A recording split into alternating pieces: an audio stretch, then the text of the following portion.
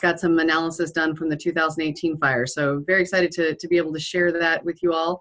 As I go through my presentation today, please feel welcome to interrupt as Lori had said, and ask questions and pop up if I don't see you on the group chat. Lori will cue me, but I like that format better when it's more interactive. Otherwise, it's me sitting talking to myself and my computer screens, which starts to feel a little schizophrenic after a few minutes. So, so please feel free to join in the conversation with any questions that you might have. So with that, I will go ahead and see if I can do this. All right. How's that look, Lori? Are we good? Looks good to me. All right. So the title of the presentation I wanted to give today is Co-Managing Wildfire, Governing in the New Normal, which I know is a phrase that it gets thrown around a lot, sometimes to a level of cliche that is obnoxious. But I do think that we're sort of in a new era of fire management, and I think that there's been a dawning sort of recognition of that over the last couple decades, certainly in the decade that I've been involved in this work. And so before I jump in on that, I did want to introduce my fantastic research team. This is the Fire Chasers. I co-lead this research team. I've been working with Dr. Toddy Steelman and for about 10 years on this research project. And then Annalisa Velez, who's at Virginia Tech, has recently joined as one of our co-PIs. And then we have some fantastic students involved that are really integral to the work. And so all of the research that I'm going to be presenting today is kind of a joint effort of a lot of hands. I also want to recognize our funder for this project, which is the Joint Fire Science Program. They have been one of our primary funders for the entirety of the time that we've been working on wildfire in this project. And so it's an important program for this type of research. It's really one of the only programs out there that would fund this type of research. And as I understand it, in current congressional budgets, it will go away as of next year if advocacy efforts fail. So I think just a kind of a shout out to the importance of that kind of research program. And also a note that all of the reports and findings and deliverables off of our project can be found on our website at firechasers.ncsu.edu. So if you want to follow up on any of the things that I'm talking about today, that's a good point of resource. All right.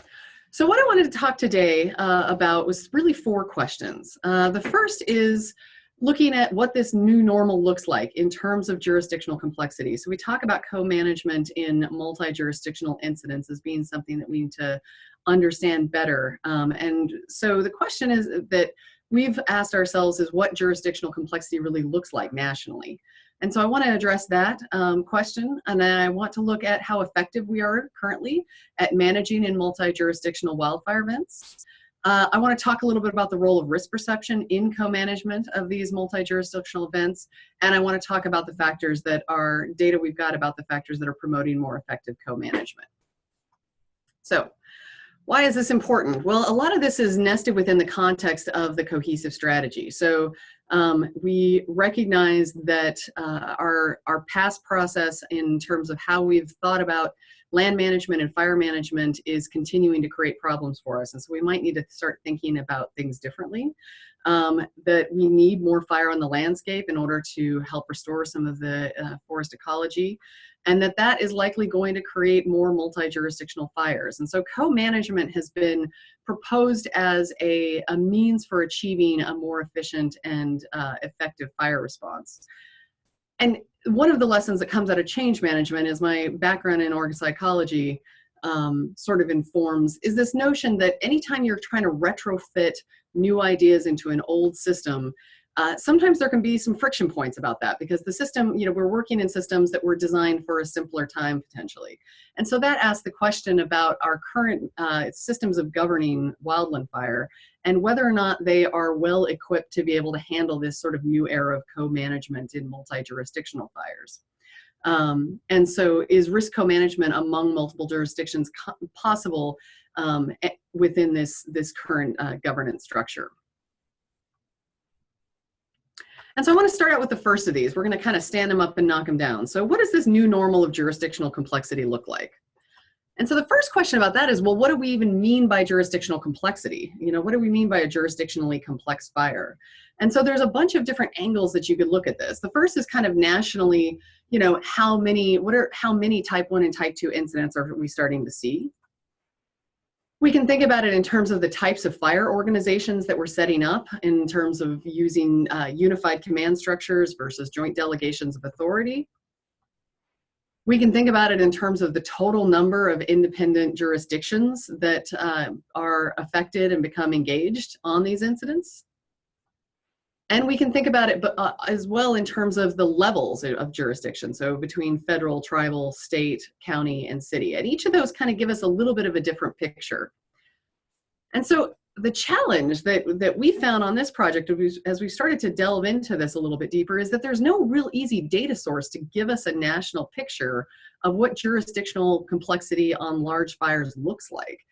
There's a lot of information out there, but you have to kind of cull it from various places. And so it's not easy to really get a national sort of snapshot about where things are looking like jurisdictionally on these fires. And so it's very hard to prepare for something that we don't fully understand and can get our arms around. And so we need to understand how changes in wildfire are leading to changes in wildfire management and governance, and see these things over time. And so starting in 2017 and refined in 2018, we started the Firewatch protocol. And so this was essentially a protocol where we tracked a variety of sources, from the 209s to the NIC list to InsaWeb, to kind of see what was going on with fires nationally, and track all the type 1 and type 2 fires. And so this is the hot off the press stuff that we were just able to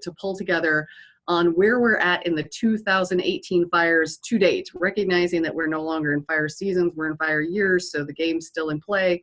But here's where we're at as of right now in the 2018 fires. So as of right now, we tracked 53 type 1 and type 2 fires across the United States.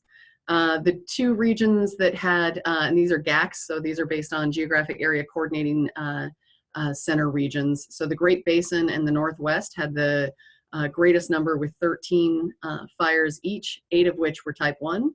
The Northern Rockies, Northern California had 7, with 5 of them being type 1. Northern Rockies had 2, with 1 of them as a type 1. Rocky Mountain had 8, all of type 1s. Southern had 1, which was a type 1. Southern California had 6 fires, 2 of which were type 1. And the Southwest had 3, 2 of which were type 1. So that's kind of the national picture to date in 2018. So next, looking at the fire organizations that we've set up.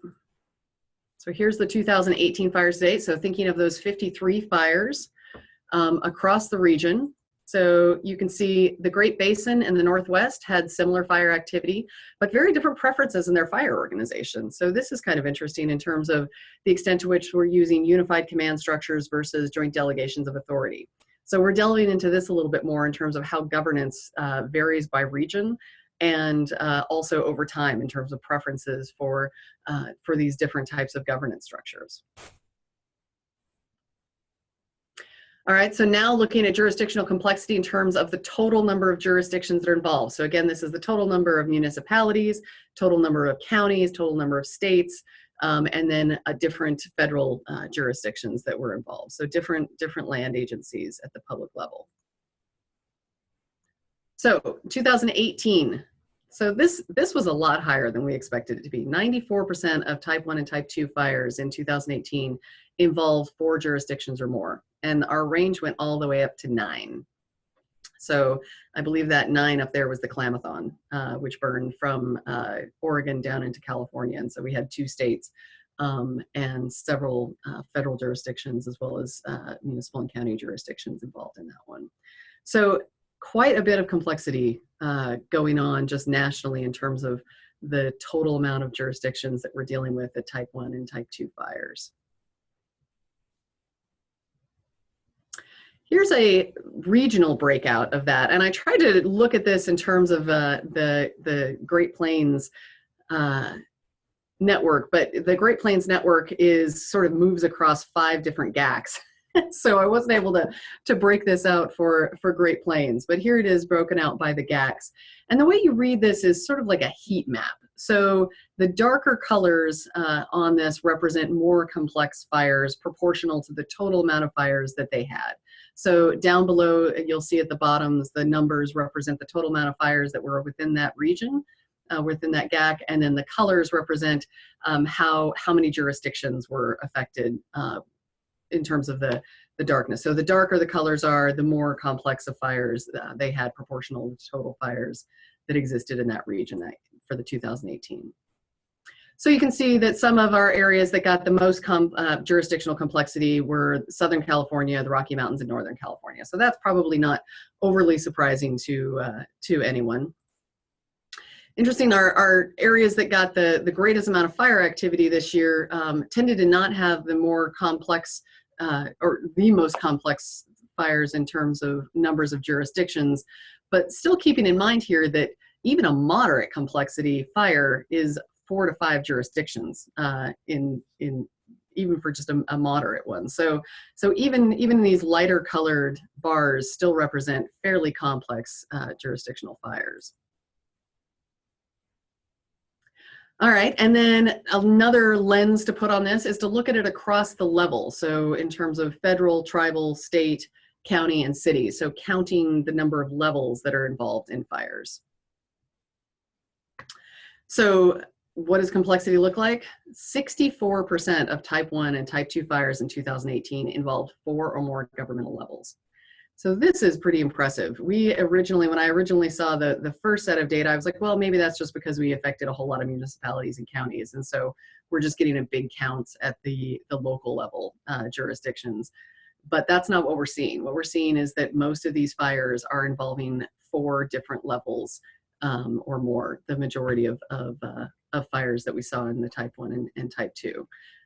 And this is important because we've done some past research that has shown that folks have a greater ability to navigate differences within level. So federal agencies tend to be able to negotiate and manage better with other federal agencies than they are across levels, which is probably not particularly surprising, but it does highlight the importance of the fact that we're not only getting lots of jurisdictions involved, but they're involving across many levels of government.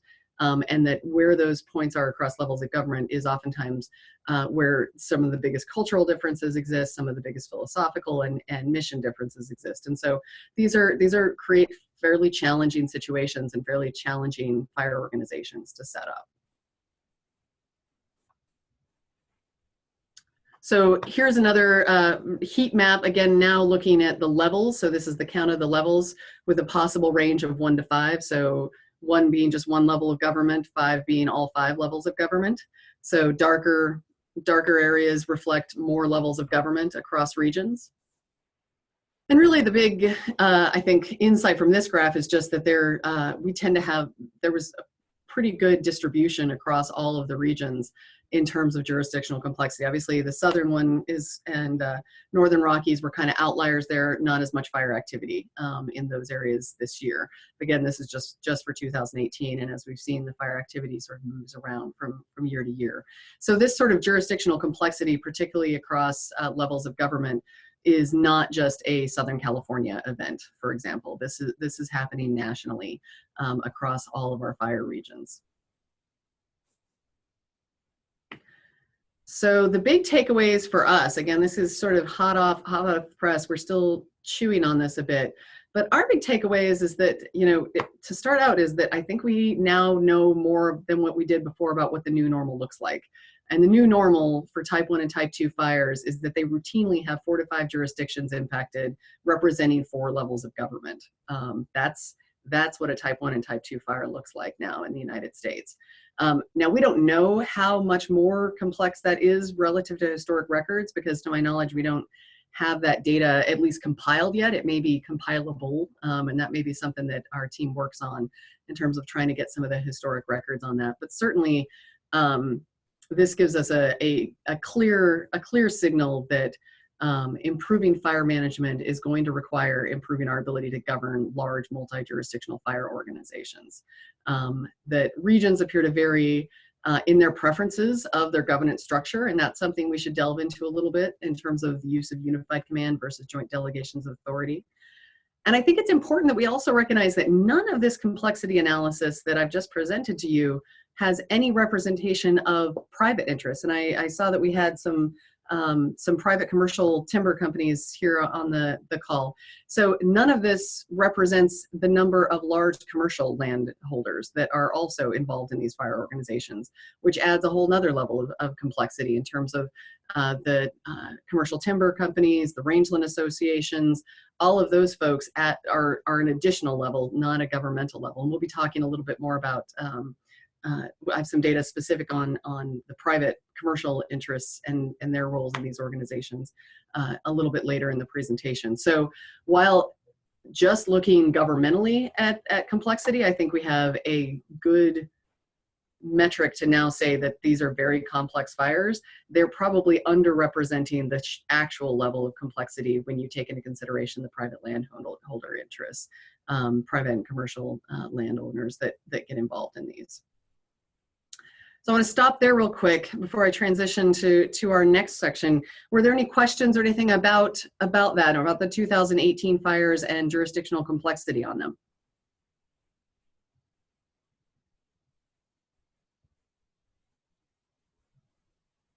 All right, hearing none, I'll keep moving. All right.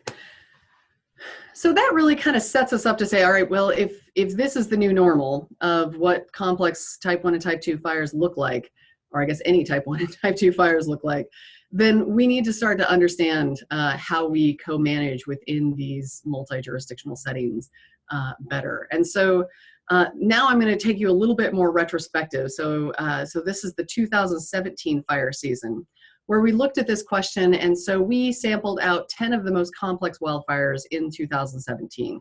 And so this was based on jurisdictional complexity in terms of having both all federal, state, local, and private interests involved.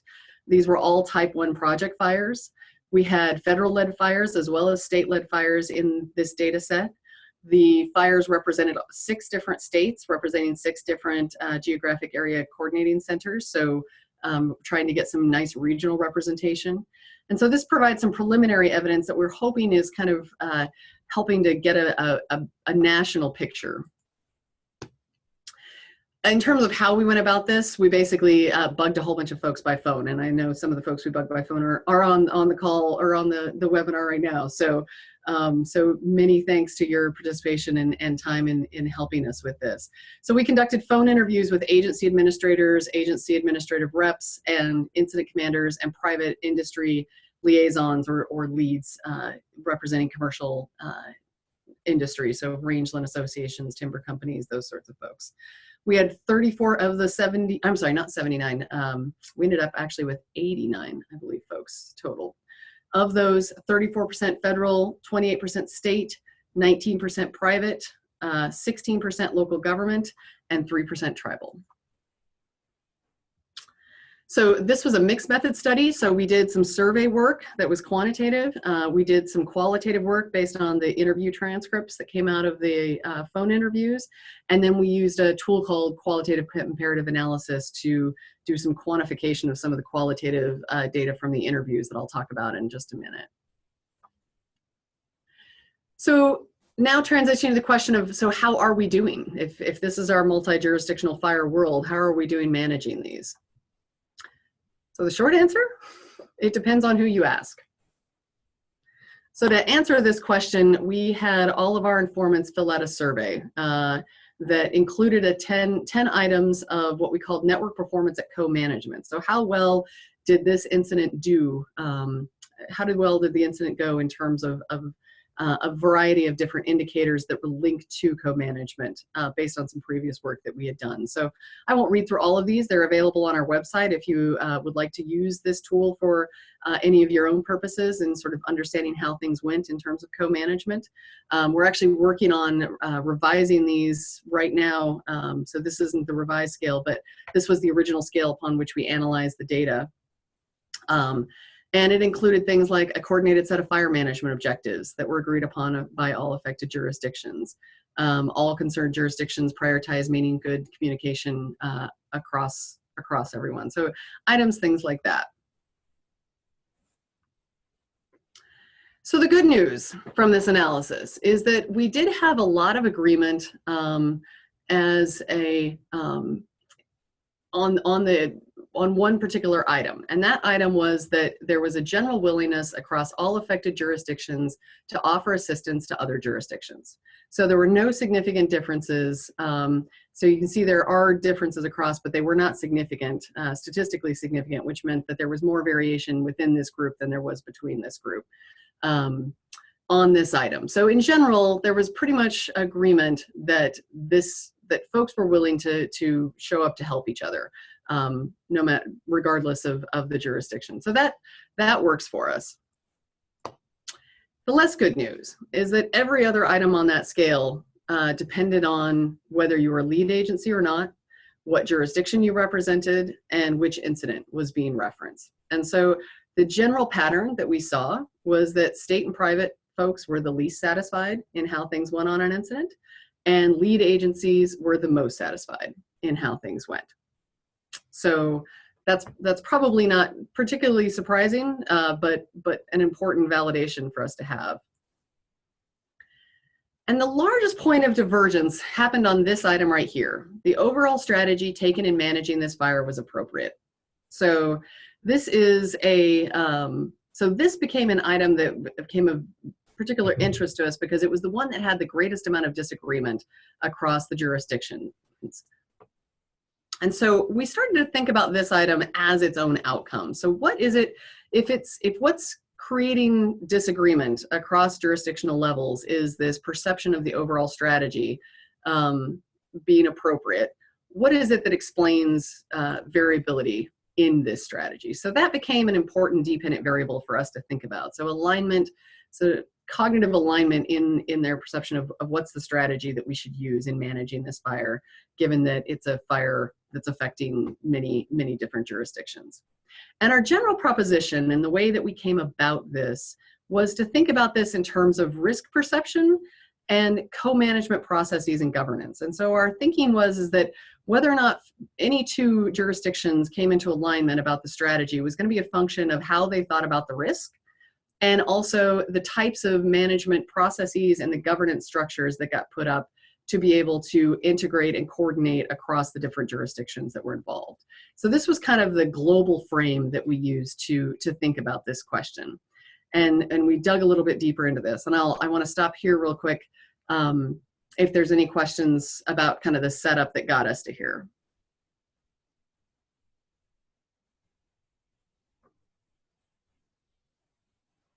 All right, we'll go ahead and move forward. So moving to our next question then, so to break those things apart a little bit, we wanted to understand risk perception and how risk perception differed and varied across jurisdictional levels. And the short answer is that risk perception appears to differ more in temporal scale than it does in substance. So when we came into this project, we really thought that folks were going to be thinking very different in a substantive way about what it is that was the risk that was needing to be managed. And what we found out was that wasn't really true. People talked very similarly in terms of thinking about the substantive risks that need to be managed. The biggest points of variability that we saw were really in the temporal scaling of those, and I'll explain what I mean by that.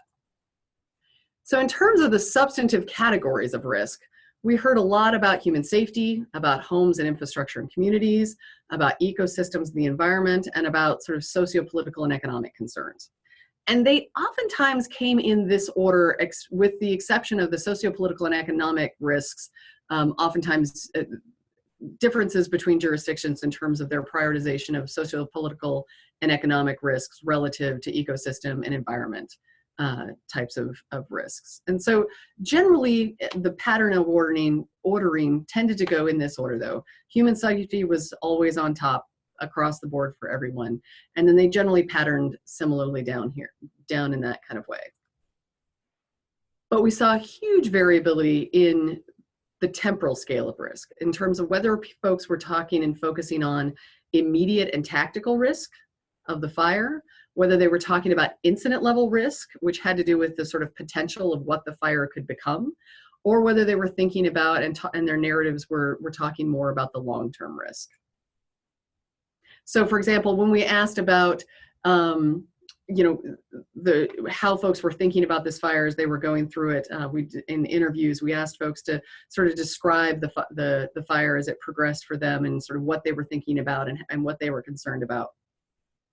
And so folks talked about immediate and tactical risks. So this included human safety, which was risks to firefighter safety and the public. So that would be an immediate. In terms of homes and infrastructure and communities, there was concern about the fire front in terms of what it was moving towards, immediately threatened values. There was concerns about fire suppression impacts on natural resources.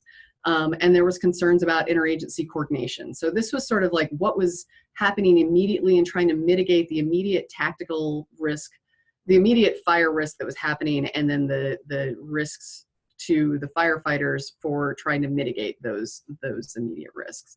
So that was the sort of immediate narratives that we heard. We also heard a lot of narratives about incident level risk. So this, in terms of, again, same category. So in terms of human safety, here now they're talking about firefighter risk exposure hours over a long duration incident, or they're talking about community health risks from prolonged smoke exposure.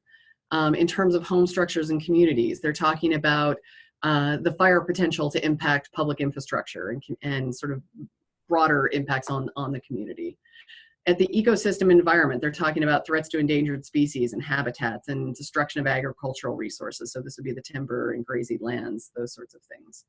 And at the socio-political and economic, they're talking about political risks and negative public perceptions, risks to cultural sites, costs, and disruption of local economies.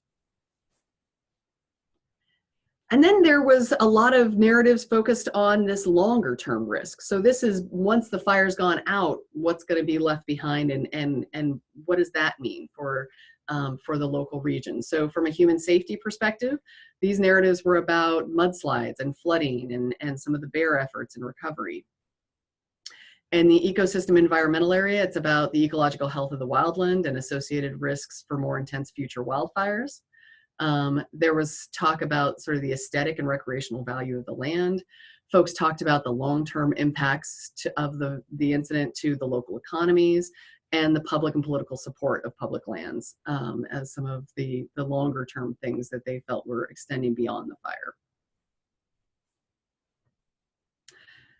And so one of the things we did was sort of look at the prevalence of these narratives across interviews. So almost everybody had elements of all of these narratives in their descriptions of the fires. But the sort of prevalence of them varied. And so we saw about 60% of the things that got coded around incident or around risk narratives were coded at the incident level. So we saw a lot of talks in the speaking in the narratives around incident level risks.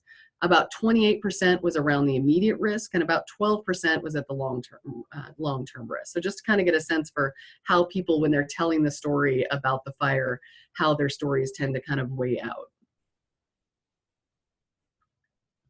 Let's see, I saw something pop in. Question was, were large private landowners and contract suppression resource companies given voice in risk perception and management? Sometimes. is a question that just came up. Actually, I'm going to hold that question because that's the last half of the last bit of the presentation is actually on landowner involvement in decision making and what that looked like. So hold that thought. Let me see if we get there. But yeah, that's a great question. But the private landowners were involved in the analysis of this data. So they represented a portion of the interviews that we conducted for this. So let me show you this map here. So then we broke apart those risk perceptions by a couple different groupings to see if they mattered. So in one, we looked at lead versus non-lead agencies. So just looking at the governmental agency level, did it matter if you were the lead agency versus the non-lead in terms of how you sort of talk your narrative about risk on the incident? And it turns out there really wasn't a significant difference there. They pretty much looked all the same. So that was good to know. Then we looked at differences of risk perception across groups. So again, we weren't able to model private in this analysis. I'm going to talk to about private in. I'm sorry, we were able to talk about private in this group. I apologize. So we have federal is the light yellow color, local is the kind of amber canyon orange color, private is the dark brown, and state is the lighter brown, and then tribal is the kind of almost light green color that's there. So if you look at this graph, one of the things is that private landowners express the greatest concern about long-term impacts, particularly economic. So that's where a lot of their narratives were focused on the sort of long-term implications of the fire, both for themselves personally, as well as sort of for the economic well-being of the community and the local economies. Federal landowner narratives focus the most attention on tactical risk to firefighter safety, which makes a lot of sense as they're oftentimes the agencies that are putting the firefighters out on the line, and so they're the ones responsible for that in conjunction with the state folks. The state landowners, and again these would be state agencies, focus the greatest amount of attention on immediate public safety. And local government were fairly balanced in their risk narratives, with a slight less representation relative to the others in terms of firefighter safety, and then pretty balanced across all the others. And so one of our insights off of this is that there's this tension and trade-off between these levels of risk, between the immediate and tactical risk, the incident level risk, and the long-term risk. And they exist in each other kind of like they're tied together with rubber bands. And so a great example of this is our historic fire policy, right? So the 10 a.m. fire policy. So what's our objective? Put all fires out by 10 a.m. the next day. All right. And so the goal behind this fire policy was to minimize as much as possible the incident level risk. Try and keep fires as small as possible, and so that they don't get large and exacerbate our incident level risks of what the incident could become. But in doing so, we recognized that we really extended out and accepted a lot of risk, both in the immediate and tactical risk. So we put a lot of firefighters in some pretty dangerous situations in order to try and minimize our incident level risk. And we also exacerbated our long-term risk. So we accepted a lot of risk for the long term in terms of the ecological health of our forests and just sort of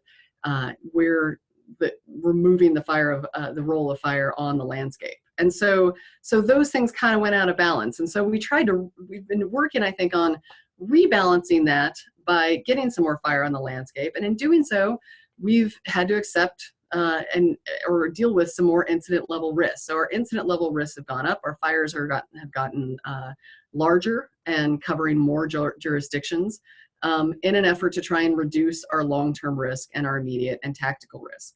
And so, I think it's important to just recognize that these things exist in tension with one another. And so as we're trying to minimize one, oftentimes we're accepting risk on another. And so the way that, when we think about balance, really what we're talking about in risk management on these incidents is trying to balance all of these risks together and the tensions and trade-offs that come with them. And so, this stuff is hard stuff. And here's just one example of that. So if you think about the element of firefighter safety. So just in that one domain of risk, which everyone across the board pretty much agrees is our top priority in holding safety in parallel with public safety. There's very different perspectives on that. So if you think about immediate tactical risks, the narratives around that are things like, there weren't good safety zones and there were no roads back there. We couldn't get them out if anything happened. So that's a narrative around immediate and tactical risk. An incident level risk narrative would be something saying like, instead of putting one experienced hotshot crew at moderate risk for 2 days, we put 1,000 less experienced firefighters in tactically less risky situations, but over 2 months of continuous risk exposure. So that's an incident level risk perspective on it. And then a long-term risk perspective is looking at things like, you know, we have 4,000 acres out there now of snags, and that's going to be really tough to fight fire in some of those patches moving forward. Or I remember we ended up fighting fire in the same area 3 years in a row. Each year we suppressed it, and the next year it was worse and more dangerous. So, you know, there's even in things where we all kind of agree that it's a high priority risk to manage, there's very different views on what managing that risk looks like, depending on which temporal scale that you're looking at. And so, so that's, you know, I think just sort of recognizing that, you know, if this is an incident, this is risk management on an incident. You're really sort of trying to balance these things around together. So anything on that before we move forward in terms of giving some, speaking now a little bit about how we manage multi-jurisdictional fires, and particularly looking at our private landowners.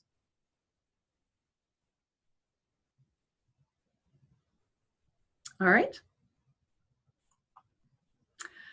So the question, how do we better co-manage these large multi-jurisdictional fires with all of their complex risk management scenarios? Short answer, well, there's not really a short answer to that question. There's a lot of answers, but we have some initial cool data that I'd like to share with you. So one of the ways that we started to look at this was in trying to, if we think about co-management, and so what does effective co-management even look like? And so one of the things that was very prevalent in our interviews in the 2017 fires was folks talked a lot about essentially risk transfer, about specific situations or incidents or periods of time when they felt like a decision was made that was made to reduce the risk of one jurisdiction that ultimately ended up transferring risk to them as another jurisdiction. And so that became something that we started focusing on as to how people sort of talked about this notion of how the fire was managed when it was on another jurisdiction's land, and then how when it ultimately came to affect an adjacent jurisdiction.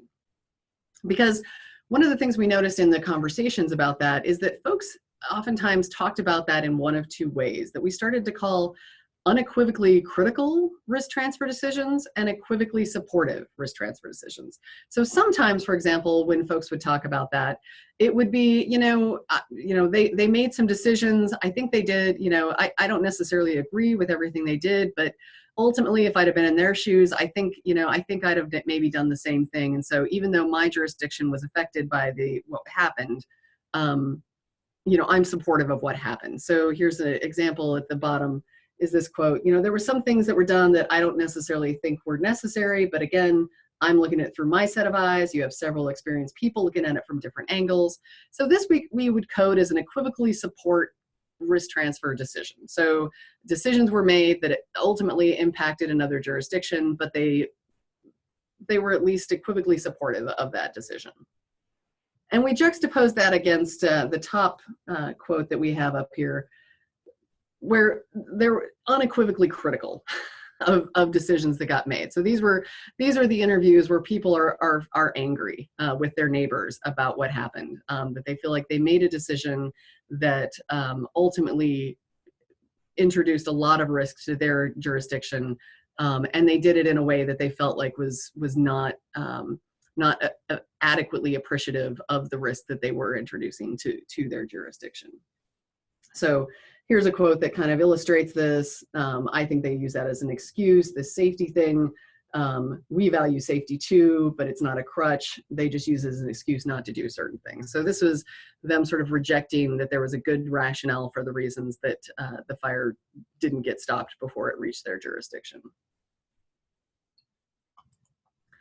So that became something that we wanted to try and explain, because if we think about co-management, and part of co-management is that everyone has to live with everyone else's decisions on a complex incident when you've got multiple jurisdictions that are affected. So then we became very curious about, okay, what are the conditions under which people are willing to live with each other's decisions and the actions that are taken when a fire is on another jurisdiction that ultimately moves onto an adjacent jurisdiction. So we used a tool called qualitative comparative analysis, QCA. And so this is just basically a way to quantify qualitative data. So to take and look at patterning that exists within some of a qualitative data set and see how it looks when you kind of look at it from a quantitative modeling standpoint. And so it's really useful because it allows us, different from other sorts of quantitative models, it allows multiple pathways to get to the same outcome, which is really helpful when you're trying to understand complex problem domains where there may be multiple ways that the same thing can happen.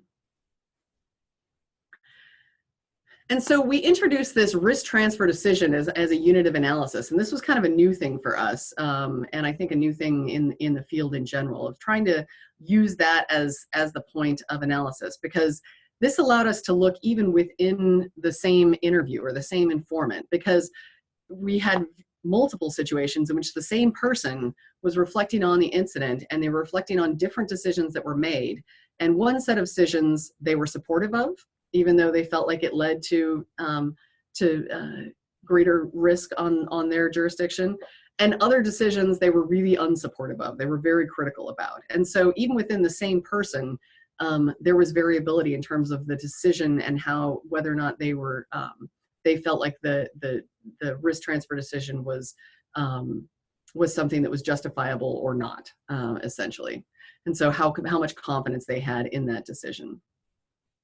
And so we wanted to look at, based on these interviews and the kind of patterns that emerged qualitatively from the stories that we heard, we looked at 4 different factors in terms of how they patterned up with folks rating sort of expressions of these decisions as being equivocally supportive versus unequivocally critical. And so we looked at 4 things. First is pre-planning related to the decision. The second was procedural confidence in the decision. The third was the pre-existing relationship. So did the person have a pre-existing relationship with the decision maker? And the fourth was, did they feel like they had a voice in the decision? So was there any pre-planning related to the decision that got made? So was it already sort of a plan in place about what was going to happen if a fire reached a certain area?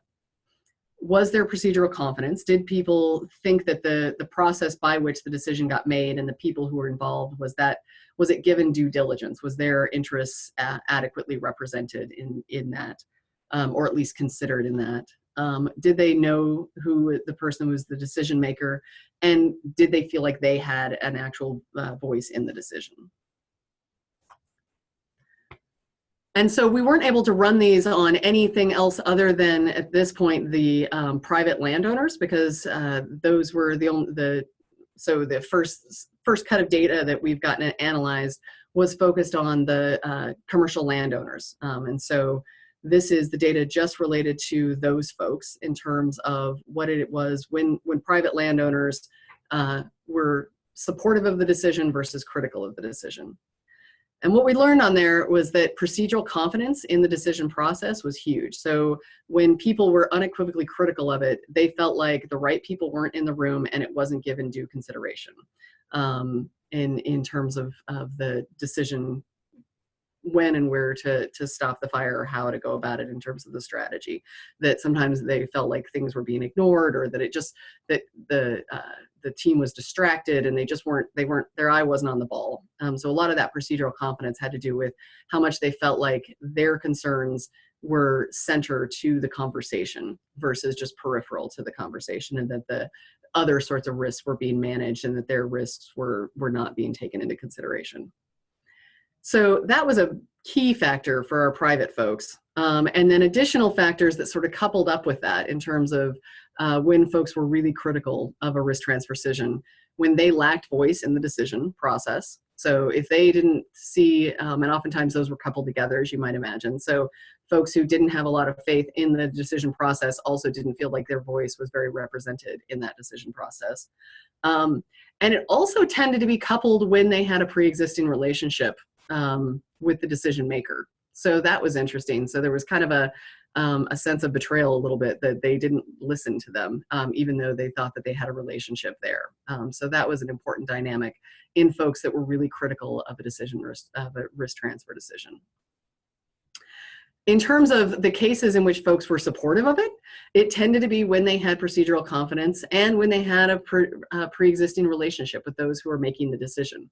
So when folks knew the folks ahead of time and they felt like they were making a good decision, or that they were going through an appropriate process to make the decision in which their risks were being taken into consideration appropriately, then they tended to be supportive of the process in terms of the decision, even if the fire got onto their land and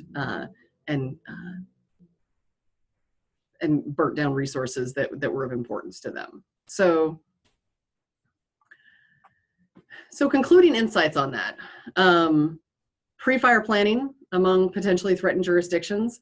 So this is emerged as a really critical thing. These fire organizations are complex and they're hard to set up, and you don't want to be sort of making it up in the middle of a firefight. And so having some pre-planning about how and when you're going to engage different jurisdictions into the decision-making process, and making sure that that's clear and well recognized across all the jurisdictions emerged as really important. Thinking of every fire that escapes initial attack as a potential multi-jurisdictional fire, especially when resources are stretched thin at a priority level 4 or 5, was also emerged as important. So a lot of the incidents that we heard about in 2017 became multi-jurisdictional when they didn't think that they originally would. And so they're, and particularly in the ones where there were some tensions that arose as a result of the incident, the lead agencies oftentimes didn't bring in folks that were peripheral to them because they didn't think the fire was going to do what it was going to do. And so given the fact that we're in kind of this unprecedented era of fire behavior, being sort of erring on the side of over communicating and over involving is probably appropriate from what we saw.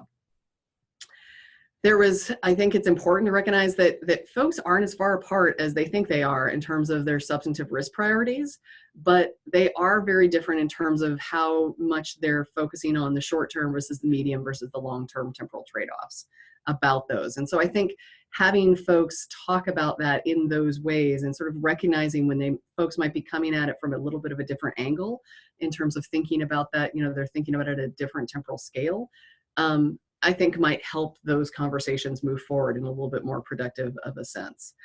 Because we hear a lot of, we hear that a lot in the firefighter safety narrative conversations where, folks are like, everybody cares about, we care about firefighter safety too.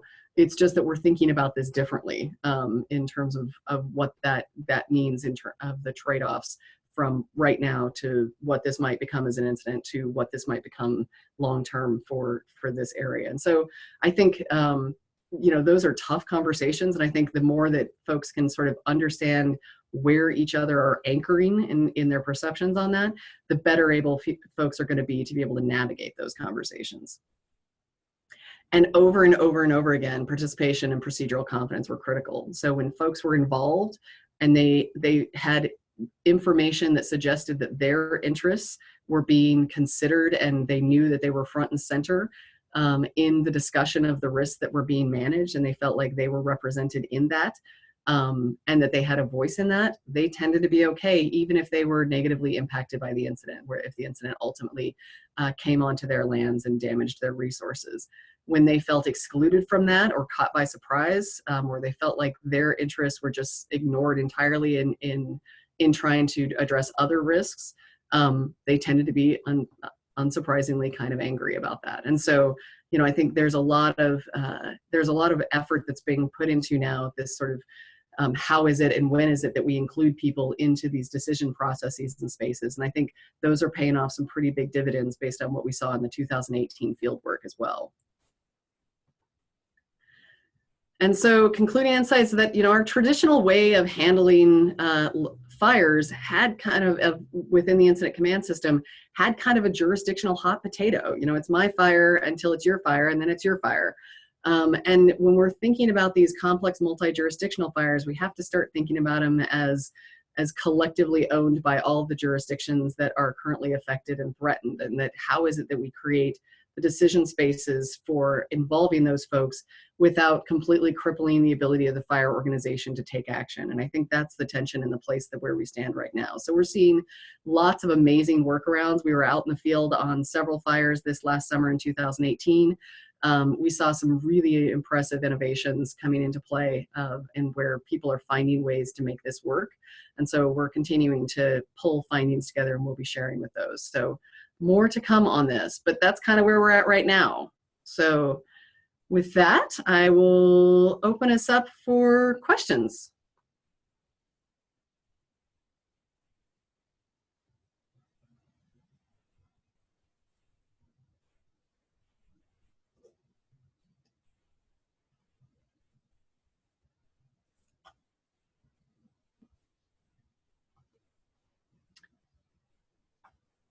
All right, we have a question. Do the temporal trade-offs line up with the direct effects to individual specific values and how they may be directly or indirectly affected?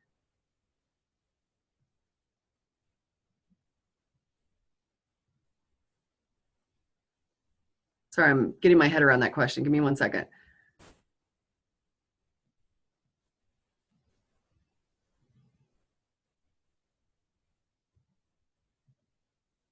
So I'm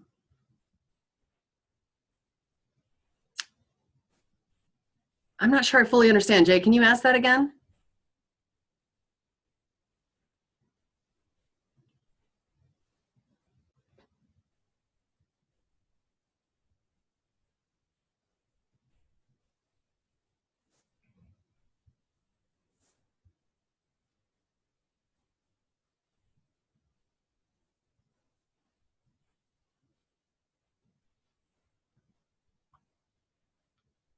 I think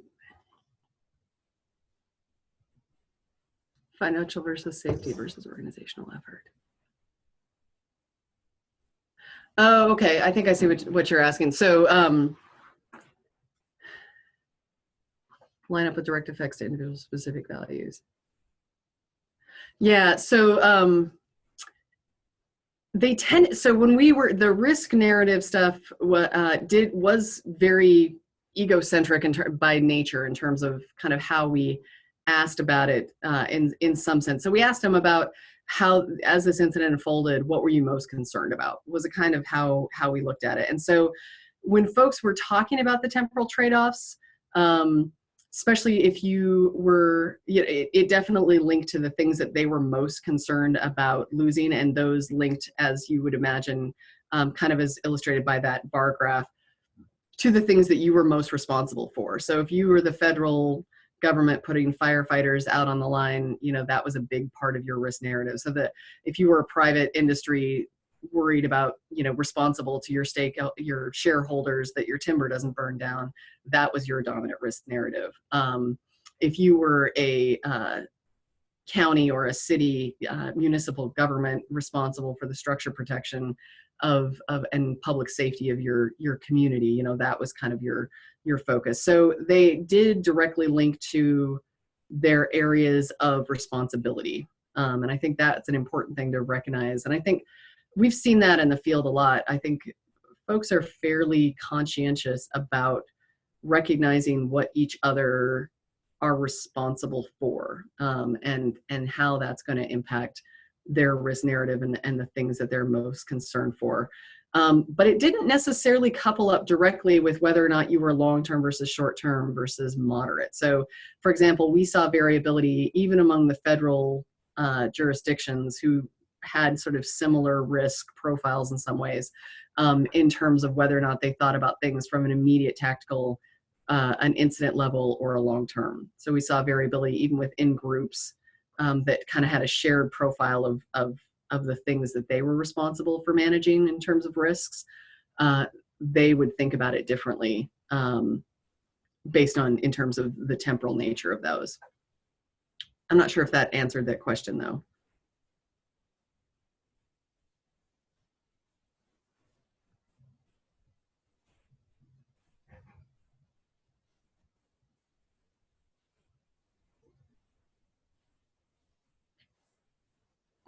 Great.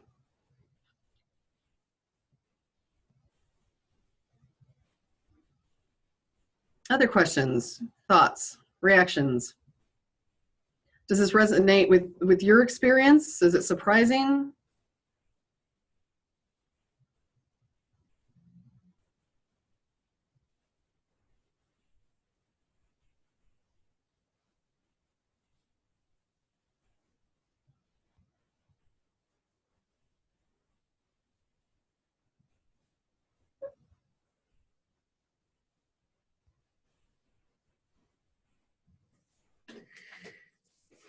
Okay, if there are no other questions, I guess we'll go ahead and wrap it up. I want to thank you, Branda, for taking time out of your day to present this, and thank everybody for attending.